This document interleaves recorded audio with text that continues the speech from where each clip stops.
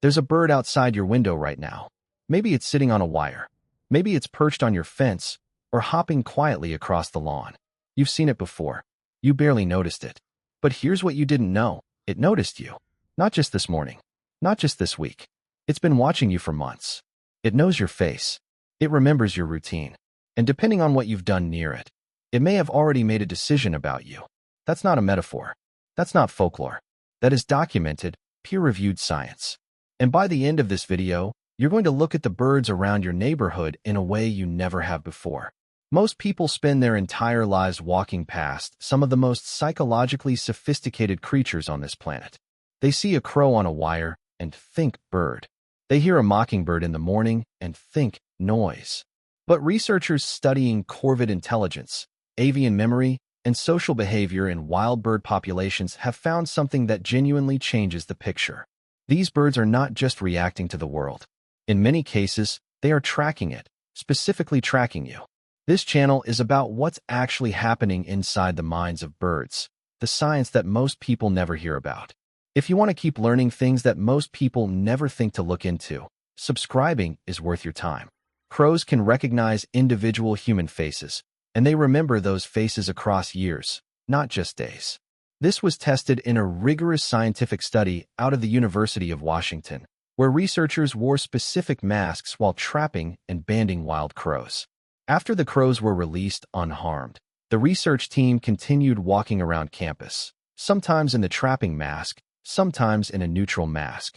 The crows responded with alarm calls and dive bombing specifically toward the trapping mask, not the neutral one, not just any human face. The specific mask they associated with a perceived threat.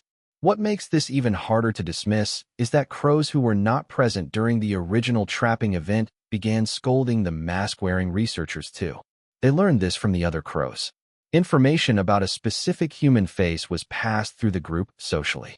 When you walk past a crow that tilts its head and watches you a little longer than seems normal, that is not random. That bird has likely filed you away. If you've ever shooed one away from your trash, disturbed a nest area, or made a sudden movement near a group of them, there's a reasonable chance that bird knows your face, associates it with what happened, and has already categorized you.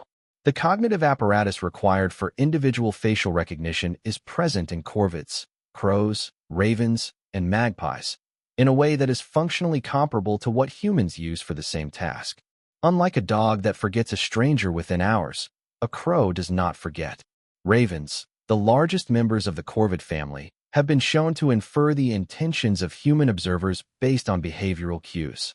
In studies designed to test what researchers call gaze following and attentional state awareness, ravens adjusted their food caching behavior based on whether a human observer could see them or not. When a raven believed it was being watched while hiding food, it would perform a series of deceptive behaviors, pretending to cache in one location while actually hiding the food somewhere else, or covering the real hiding spot and moving away from it to misdirect the observer. That requires the raven to model your mental state. It has to determine that a human can see it from a specific angle, that the human believes the food is in a specific place, and that it needs to act in a way that creates a false belief in that human's mind. That is a form of theory of mind, the ability to understand that others have mental states different from your own. For a long time, theory of mind was considered a distinctly human capability. The next time you notice a crow watching you intently while you're eating outside, or a raven tracking your movements near a space where it might have food cached, understand that it is not staring blankly. It is processing. It is deciding whether you are a threat to something it cares about, and it is potentially already planning what to do about you. Most animals live in a kind of extended present, responding to what's happening now, guided by general associations. But some birds operate with what researchers call episodic-like memory, the ability to recall specific events in specific locations at specific times. California scrub jays were among the first birds shown to demonstrate this capacity in controlled experiments. They could remember not just where they hid food, but what type of food it was and how long ago they hid it. They would choose to eat perishable food first and return to more durable stores later, showing that their memory included a temporal dimension. A crow that had a negative encounter with a human near a specific location doesn't just have a vague feeling that the area is unsafe. It remembers what happened there, approximately when, and what the person looked like. This is why disturbances near nesting sites during breeding season can result in persistent harassment of specific individuals. The birds remember not just the event, but the actor. There are documented accounts of people who accidentally disturbed crow nests being followed, scolded, and dive-bombed by those same birds every time they returned to the area, not just days later, but weeks and months afterward. The bird was acting on a specific stored memory of a specific individual who had done a specific thing. Many bird species post individuals as sentinels, birds whose specific role during a given period is to watch the surrounding environment and signal the group about changes. But in species like crows and magpies, this sentinel behavior extends to individual humans in ways that suggest active prediction, not just passive alarm. Researchers observing urban crow populations noticed that crows don't treat all humans equally when positioning sentinels. In areas where humans regularly feed crows, the flight distance decreases and the sentinel posture changes. The birds shift from passive monitoring to active anticipation. They move toward familiar humans before those humans have offered anything. The bird is not just watching you react. It is predicting what you're about to do based on pattern recognition. It has built a behavioral model of you. It knows that when you walk out the side door rather than the front, you usually go toward the garage. It knows that you walk faster on weekdays. It knows that the trash goes out Tuesday morning, and that Tuesday morning means an opportunity. This is what the behavioral data shows when you track individual bird responses to individual humans across time. The bird is running something that functions like a predictive model, and the information it's feeding into that model is you, your movements, your schedule, your habits. Crows engage in what researchers call cultural transmission of threat information. In wild crow populations, threat information about specific humans or specific locations or specific types of human activity is shared between individuals and can persist in a population for generations. Konrad Lorenz, one of the founding figures of ethology, documented this in jackdaws, small corvids closely related to crows. He found that when one jackdaw identified a human carrying a black object in a way that resembled a dead jackdaw being carried, it would emit a specific alarm call that triggered an immediate group response, and that other jackdaws who had not seen the original trigger would also respond to that human with hostility for an extended period afterward. The group updates its shared model of the world based on what individuals report. In crow societies, built around complex social hierarchies involving family groups, helper-at-the-nest behavior, and multi-year relationships between individuals, information about humans is a real and meaningful category of social knowledge. If you have a negative history with crows in your neighborhood, even if it happened years ago, even if the specific crow you encountered is gone, there is a possibility that the information about you has been passed along. New crows arrive in the territory, and they treat you accordingly. One of the most sophisticated examples of human tracking behavior in birds involves a species most people associate with noise rather than cognition, the mockingbird.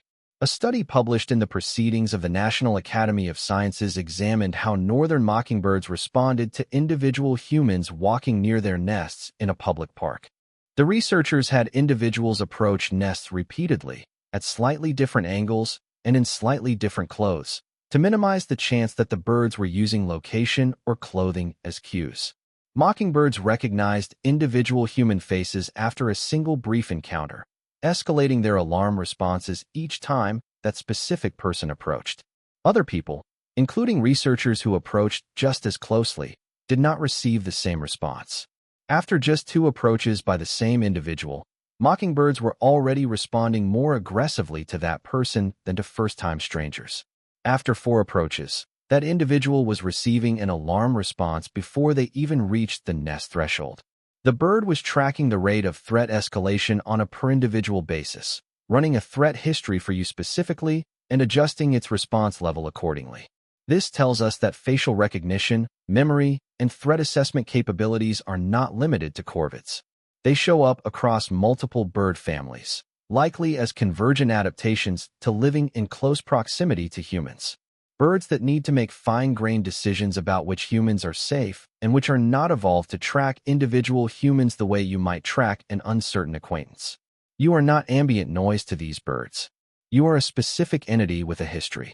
The most surprising finding in this area of research is what happens when a bird's assessment goes the other way, when it decides you're safe. Crows, when they have extended positive associations with a specific human, begin doing something that has no direct survival explanation. They bring gifts. Small shiny objects, buttons, broken glass, a piece of pottery, occasionally food items. This has been documented carefully in multiple cases, the most well-known of which involves a girl in Seattle named Gabby Mann, who fed crows regularly over several years.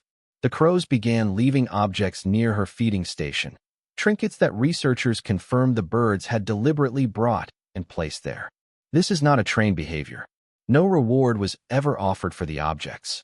The crows developed it on their own, in the context of an ongoing positive relationship with a specific human who had earned their trust. For this to happen, the bird had to recognize the human as an individual across many encounters. It had to store a positive association for that individual, the functional equivalent of liking someone. It had to decide, on its own, to do something for that individual without being prompted. And it had to carry out a behavior that serves a social function within its own species. Gift exchange is observed between mated crows and apply across species. The crow extended its own social behavior to include a human. Animals that distinguish between individual humans, form long-term associations with them, and initiate social behaviors across species lines are operating with a level of social cognition that we are only beginning to understand. We built entire fields of inquiry around the idea that humans are uniquely capable of complex social intelligence. And then we started studying crows carefully, and the picture got complicated. The next time you see a crow watching you from a rooftop, or a mockingbird that seems to track your movements across the yard, or a magpie that tilts its head and holds eye contact a little longer than feels random, consider what might actually be happening. That bird has a memory. It has a face file with your image in it. It has a history of your behavior near its territory. It has communicated what it knows to the birds around it. And it is, in this moment, deciding what category you belong to. You are not invisible to the birds around you. You have never been invisible to them. The only one who didn't know this was you. Has a bird ever followed you, singled you out, or done something that felt oddly specific and directed? Leave it in the comments. I read every single one, and some of those stories have sent me back to the research with entirely new questions. If the hidden intelligence operating in the animals around you is something you want to understand more deeply, subscribing is how you keep getting this kind of content.